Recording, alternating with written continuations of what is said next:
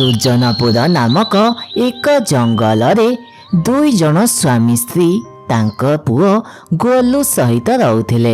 स्वामी रघु आउ स्त्री मीनू चढ़ई सेमानंकर खुशी खुशी संसार चलुथिला। हेले पैसा अभाव लागी सेमानंक चलिबा एबे टिके कष्टकर होई पड़िथिला। हईटी रघु चढ़ई एबे तो तमे भल दी पैसा रोजगार मध्य करि पारुना। जदि एमिति चलिला ताहले आमे जी केमिति चलिबा। सकाळ बेला खाइले संज बेला खाया पई भाबिबा को पडुची। आमो किछि करिबा को पड़िबो रघु चढ़ई आमको किछि करिबा को पड़िबो। टिकी चढ़ई कौन जे करिबी मो मुंडर तो किछि भी पशु नहीं। किछि बेपार करिबी ना कोड जाई चाकरी करी बोली भाबी पारु नहीं। हईटी रघु चढ़ई कोडी जाई चाकरी करे किछि आवश्यक नहीं। चाकरी कले जे तमे एमिति केते टका रोजगार करिवो। तमे गोटे काम कर आम जंगल रे गोटे जलखिया दुकान खोल। आम जंगल तो केही भी जलखिया दुकान खोली नाती। तमे जदि जलखिया दुकान खोल तो ताले सब चढ़ई माने तम पाखु आसी जलखिया खाते। मीनू चढ़ई जलखिया दुकान कले कौन हम मते तो भल स्वादिया जलखिया तैयारी करिया जना नहीं। सिना स्वादिया जलखिया तैयारी कले चढ़ई माने आसी खाइबे नले बेस्वाद जलखिया को जे किए आसी खाइबो कहलो। अरे रघु चढ़ई आमको किछि शहरी जंगल जलखिया करे किछि आवश्यक नहीं। आमको पूरा देसी जलखिया करी चढ़ई मानक दबाक पड़िबो। जा फल चढ़ई माने देसी जलखिया खाया को बहुत पसंद करिवे। एमिते तो इडली करिया बहुत सहज। जदि आमे इडली सहित साधा भात दिन डालमा नले आलू कषा आउ साधा भात दिन इडली सहित माछ आंबिळ ताहले तो चढ़ई माने प्रत्येक दिन आम पाखु खाइया आसिबे। हाँ मीनू चढ़ई भल उपाय देइच आमे सेया ही करिबा। आम से ठेला को मु सजाड़ी दउची काली ही मु से ठेला रे इडली आउ माछ आंबिळ करी बिक्री करिबी। काली तो बुधवार अछि चढ़ई माने मो बाबू निश्चय खाइबा आसिबे। एमिति भाबरे स्वामी स्त्री दुई जन कथबार्ता होई कि तांक ठेला को सजाड़िबा को लागंते। देखु देखु राति पाही ता परदिन सकाळ होई जाइथला। रघु चढ़ई आउ मीनू चढ़ई तांक ठेला रे इडली आउ माछ आंबिळ धरी जंगल को बिक्री करबा को चली जाते। आसतु आसतु चढ़ई माने जंगल को नवा जलखिया दुकान आसी गला। इडली सहित माछ आंबिळ खांतो बहुत स्वादिया जलखिया। एमिति देसी जलखिया कोठी हेले भी मिलिबो नहीं। आसतु आसतु चढ़ई माने। मीनू चढ़ई बहुत जोर जोर पार्टी रे चढ़ई मानकु डाकुथला। स्वामी स्त्री दुई जन भाबुथिले कि चढ़ई माने निश्चय तांक जलखिया स्टॉल पाखको खाइबाको आसिबे। हेले सेई जलखिया बाट देकी चढ़ई माने सहर जंगल आड़को खाइबाको जाउथिले। हेले केही भी तांक स्टॉल पाखको खाइबाको आसंती नाई। देखिला मीनू चढ़ई मु तुमको कौन कहूली अरे एमाने सब मूर्ख चढ़ई सहर जंगल को जाई बरं से तेलुआ जिनस सब खाई निज पेट मुंड खराब करिवे।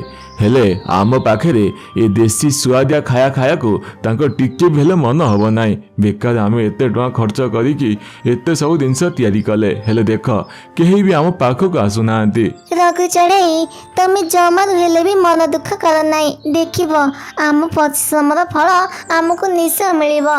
चढ़ई माने सिना एबे ए स्वादिया देसी खाइबार मूल्य बुझी पारु नाती। हेले गोटे न समस्ते आम स्टॉल पाखु खाइबाको आसिबे आउ आमर भल बेपार मध्य हबो। चढ़ई मानको स्वादिया हेल्दी जिनस खाइबाको देई सेमानक देह मध्य ठीक रहइबो आउ आमर भल पैसा मध्य रोजगार हबो। से दिन स्वामी स्त्री दुई जन बहुत समय तांक स्टॉल पाखे ठिया होई बिक्री करने को चेष्टा करती। हेले जेते चेष्टा कले कौन हम केही भी तांक पाखको खाइबा को आसु नथिले। बापा बापा तमे सेमिति बिक्री कले केही भी तम पाखु खाइबा को आसीबे नाही। चढ़ई मानको विभिन्न रकमर खाइबा खाइबाको इच्छा। तमे जदि खाली इडली आउ तरकारी मिसई बिक्री करिवो ताले केही भी आसीबे नाही। तमे जदि इडली सहित बदा पियाजी आउ विभिन्न रकम जलखिया आड करंत ताले चढ़ई माने खाइबाको आसंते। खाली इडली खाइबाको जे किए आसीबो तम पाखु कहला। हाँ मीनू ଗୋଲୁ ଆମର ଠିକ କଥା କହୁଛି। ଖାଲି ଇଟିଲି ବିକ୍ରି କଲେ କିଏ ଇଟିଲି ଖାଉଛି ଆଉ କିଏ ଇଟିଲି ଖାଉନି। ସେଥିଲାଗି ବୋଧେ ଚଢ଼େଇ ମାନେ ଆମ ପାଖକୁ ଆସୁନାହାନ୍ତି। ଆଉ ଏମିତିରେ ବି ସହର ଜଙ୍ଗଲରେ ତ ଏଇଭଳି ସବୁ ଖାଦ୍ୟ ମିଳୁଛି। ହେଲେ ସେମାନେ ଖରାପ ତେଲ ଆଉ ସେଥିରେ ବହୁତ ଖାଇବା ସୋଡ଼ା ମିଶେଇବା କାରଣରୁ ଚଢ଼େଇ ମାନଙ୍କ ଦେହ ପ୍ରତି କ୍ଷତିକାରକ ହେଉଛି। ହେଲେ ଯଦି ଆମେ ଭଲ ଭାବରେ ତିଆରି କରିବା ତାହେଲେ ଚଢ଼େଇ ମାନେ ସେ ବରା ପିଆଜି ସାଙ୍ଗରେ ଆମ ଇଟିଲି ମଧ୍ୟ ଖାଆନ୍ତେ ଆଉ ଆସ୍ତେ ଆସ୍ତେ ସେମାନଙ୍କୁ ବହୁତ ଭଲ ମଧ୍ୟ ଲାଗନ୍ତା। ତାହେଲେ ଠିକ ଅଛି ରଘୁ ଚଢ଼େଇ, ଆମେ କାଲି ସେୟା ହିଁ କରିବା। ମୁଁ ୟୁଟ୍ୟୁବ ଦେଖି ବରା ଆଉ ପିଆଜି ଛାଣିବା ଶିଖିଯିବି। କାଲି ଆମେ ଇଟିଲି ସାଙ୍ଗରେ ବରା ପିଆଜି ଆଳୁଚପ ବିକ୍ରି କରିବା।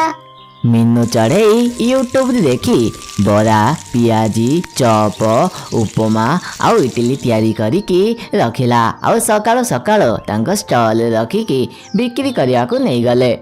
ଆସନ୍ତୁ ଆସନ୍ତୁ ଚଢ଼େଇ ମାନେ, ବିଭିନ୍ନ ରକମ ଜଳଖିଆ ଆସିଗଲା।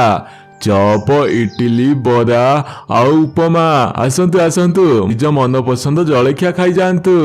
ହେଲେ ସ୍ୱାମୀ ସ୍ତ୍ରୀ ଯେତେ ଡାକିଲେ କ'ଣ ହବ, କେହି ବି ତାଙ୍କ ପାଖକୁ ଖାଇବାକୁ ଆସୁନଥିଲେ। ସ୍ୱାମୀ ସ୍ତ୍ରୀ ସେମିତି ମନ ଦୁଃଖ କରି ଠିଆ ହୋଇଥିଲେ। ସେହି ସମୟରେ ଗୋଟେ ସହରୀ ଚଢ଼େଇ ସେଇ ବାଟ ଦେଇକି ଯାଉଥିଲା। ଆଉ ତାର ଗୋଟେ ଫୋନ୍ କଲ୍ ଆସିଲା। ସେଥିଲାଗି ସେ ରଘୁର ଷ୍ଟଲ୍ ଆଗରେ ଠିଆ ହେଇକି ଫୋନ୍ କଲ୍ରେ କଥା ହେବାକୁ ଲାଗିଲା। ଆରେ ଆରେ ସେ ଯେତେ ବଡ଼ ମିଟିଂ ହଉନା କାହିଁକି, ମୋ ଦେହ ପ୍ରଥମେ ନା। ମୁଁ ଡାକ୍ତରଙ୍କ ପାଖରୁ ଆପଏଣ୍ଟମେଣ୍ଟ ନେଇ ସାରିଛି। ତାଙ୍କୁ ମୁଁ କାଲି ଦେଖା କରିବାକୁ ଯିବି। ମୋ ପେଟ ବହୁତ ଖରାପ, ଗ୍ୟାସରେ ତ ମୋ ମୁଣ୍ଡ କ'ଣ ହେଇଯାଉଛି। ପ୍ରଥମେ ମୋ ଦେହ ଠିକ କରିବି। ଆରେ ନିଜେ ବଞ୍ଚିଲେ ସିନା ମୁଁ ପଇସା କଥା ଭାବିପାରିବି। ଆଉ ଏତେ ପଇସା ରୋଜଗାର କରି ଯଦି ମୁଁ ବହୁତ କମ ବୟସରେ ମରିଗଲି ତାହେଲେ କି ଲାଭ କହିଲ? ଏମିତି ସେ ଚଢ଼େଇ ରାଗିକି କଥା ହେଉଥିଲା। ଆଉ ଏମିତି ରାଗି କଥା ହେଉଥିବା ମଧ୍ୟରେ ତାର ନଜର ରଘୁର ଷ୍ଟଲ୍ ଉପରେ ପଡ଼ିଲା। ରଘୁ ଯେମିତି ସେ ସହରୀ ଚଢ଼େଇକୁ ତା ଷ୍ଟଲକୁ ଦେଖୁଥିବା ଦେଖିଲା, ରଘୁ ସଙ୍ଗେ ସଙ୍ଗେ ତା ପାଖକୁ ଗଲା ଆଉ ତାକୁ କହିଲା, ଆଜ୍ଞା ଆଜ୍ଞା ସହରୀ ବାବୁ ନମସ୍କାର। ଆପଣ କ'ଣ ଏମିତି ଆମ ଜଙ୍ଗଲକୁ ଆସିଛନ୍ତି? କ'ଣ କିଛି କାମ ଥିଲା କି? ଆରେ ନାଇଁ ନାଇଁ ଚଢ଼େଇ, ଆରେ ଭଲ ଜଳଖିଆ ଦୋକାନ ଖୋଜି ଖୋଜି ମୋ ଦେହ କ'ଣ ହେଇଗଲାଣି। ହେଲେ କେଉଁଠି ହେଲେ ଭଲ ଜଳଖିଆ ମିଳୁନାହିଁ। ଆଉ ଏମିତିରେ ମୋର ଗ୍ୟାସ୍ ପେଟ, ମୁଁ ବେଶୀ ତେଲ ମସଲା ଖାଇପାରିବି ନାହିଁ। ସେଥିଲାଗି ଏମିତି ଗୋଟେ ଜଳଖିଆ ଦୋକାନ ଖୋଜୁଛି ଯେଉଁଠି ବହୁତ କମ୍ ତେଲରେ ଜଳଖିଆ ତିଆରି ହେଉଥିବ। ସହରୀ ଚଢ଼େଇ ପାଖରୁ ଏମିତି କଥା ଶୁଣି ରଘୁ କହିଲା, ଆଜ୍ଞା ଆଜ୍ଞା ସହରୀ ବାବୁ, ଆପଣ ଜମା ଚିନ୍ତା କରନ୍ତୁ ନାହିଁ। ଆପଣ ଯେଉଁଭଳି ଜଳଖିଆ ଦୋକାନ ଖୋଜୁଛନ୍ତି ମୁଁ ସେଇଭଳି ଜଳଖିଆ ତିଆରି କରି ବିକ୍ରି କରୁଛି।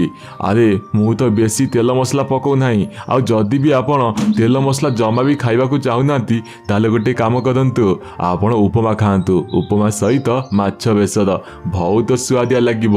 ଆରେ ଆରେ ତମେ ମାନେ ତ ସବୁ ଗୋଟାଏ କଥା କହୁଛ, ହେଲେ ତମେ ମାନେ ବହୁତ ଖରାପ ତେଲ ଛାଣୁଛ। ମୁଁ ଯେ ତମ ଉପରେ କେମିତି ବିଶ୍ୱାସ କରିବି କହିଲ? ଆଜ୍ଞା ସହରୀ ବାବୁ, ଆପଣ ଏମିତି ବହୁତ ଜାଗାରେ ଖାଇକି ଆସିଛନ୍ତି, ହେଲେ ଆମ ପାଖରେ କେବେ ଖାଇନାହାନ୍ତି। ଥରେ ଖାଇକି ଦେଖନ୍ତୁ, ମୁଁ ଆପଣଙ୍କୁ କଥା ଦେଉଛି। ଯଦି ବି ଆପଣଙ୍କୁ ଖରାପ ଲାଗିଲା ନା ତାହେଲେ ମୁଁ ଆପଣଙ୍କ ପାଖକୁ ଗୋଟେ ବି ହେଲେ ପଇସା ଦେବି ନାହିଁ, ବରଂ ଓଲଟା ମୁଁ ଆପଣଙ୍କୁ ପଇସା ଦେବି। ରଘୁ ଚଢ଼େଇ ଏମିତି କହିବା କାରଣରୁ ସହରୀ ଚଢ଼େଇ ତା କଥା ରାଜି ହେଇଗଲା। ଆଉ ରଘୁ ଚଢ଼େଇ ଷ୍ଟଲ୍ ପାଖକୁ ଯାଇ ଉପମା ସହିତ ମାଛ ବେସର ଖାଇଲା। କିଛି ସମୟ ସେ ସହରୀ ଚଢ଼େଇ ମାଛ ବେସର ସହିତ ଉପମାକୁ ପାଟିରେ ପୁରେଇ ଚୋବେଇବାକୁ ଲାଗିଲା। ଆଉ ହଠାତ୍ ତା ପାଟି ଚୁପ୍ ହେଇଗଲା। ରଘୁ ଆଉ ତା ସ୍ତ୍ରୀ ମିନୁ ଦୁଇ ଜଣ ତ ଚୁପ୍ ହେଇଗଲେ। ସେମାନେ କିଛି ବୁଝିପାରୁନଥିଲେ ଏବେ ଯେ କ'ଣ ହବ। ସେମାନେ ଭାବୁଥିଲେ ସହରୀ ଚଢ଼େଇକୁ ବୋଧେ ତାଙ୍କ ଜଳଖିଆ ଜମାରୁ ଭଲ ଲାଗିଲା ନାହିଁ। କିଛି ସମୟ ପରେ ସେ ସହରୀ ଚଢ଼େଇଟି କହିଲା, ଆରେ ରଘୁ, ଏ ରଘୁ, ଆରେ କେମିତିକା ଜଳଖିଆ ତମେ ତିଆରି କରିଛ? ଆରେ ଏମିତିକା ସୁଆଦିଆ ଜଳଖିଆ ତ ମୁଁ ବହୁତ ବର୍ଷ ତଳେ ଖାଇଥିଲି। ଯେତେବେଳେ ମୋ ମା ବଞ୍ଚିଥିଲା ସେତେବେଳେ ମୋ ମା ଏମିତିକା ସୁଆଦିଆ ଉପମା ଆଉ ମାଛ ବେସର କରି ମୋତେ ଖୁଆଇବାକୁ ଦେଇଥିଲା। ଏ ଖାଇବା ଖାଇବା ପରେ ତ ମୋତେ ମୋ ମା କଥା ମନେ ପଡ଼ିଗଲା। ସତରେ ତୁ ଯେମିତି କହିଥିଲୁ ତୋ ଜଳଖିଆ ପୁରା ସେମିତି। ଆଚ୍ଛା ମୋତେ ଆଉ ଟିକେ ଉପମା ଦେଲୁ, ଉପମା ସହିତ ଟିକେ ମାଛ ବେସର ଦେ, ମୁଁ ଆଜି ପେଟ ଭରିକି ଖାଇବି।